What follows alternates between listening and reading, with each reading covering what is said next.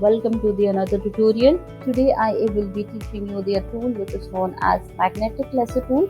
Now magnetic lasso tool is going to help me to make selection more easier. Now this tool is giving me a selection through the edges, so it is going to snap the edges on which I basically click.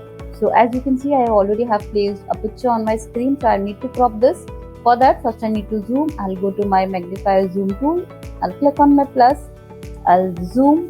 I'll go to my magnetic lasso tool and I'll make a selection. As I make a selection, it is going to snap all the pixels which is nearby the edge which I'm trying to make a selection, and it will snap all the edges and give me a proper selection. Somewhere or the other, if it is not giving me a proper selection due to the lighting or due to the pixel by which it is not able to make a selection, so in that case what I'll do, I'll press a backspace and I will come here, make a selection again, and I have my selection redone properly.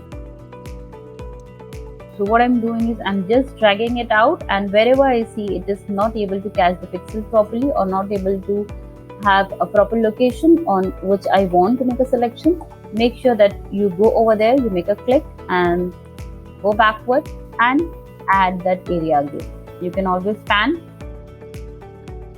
Now there are some areas which if you don't want, it's fine, but if you want them and it is not able to catch, you can always go to some another tool and add it, or you can press backspace as a tool and you can try to capture that area again. So as you can see, this tool is very handy and it's making my selection more easier than what we saw in one of the class before with the lasso tool. So here is my selection. As you can see, I already got a selection. Now as I told, there are some areas which, in case if it's not able to capture properly and if you require that area, you can always go to lasso or you can go to polygon lasso tool. You can click on plus and add the area which you want to add. If you don't want, you can always remove that area.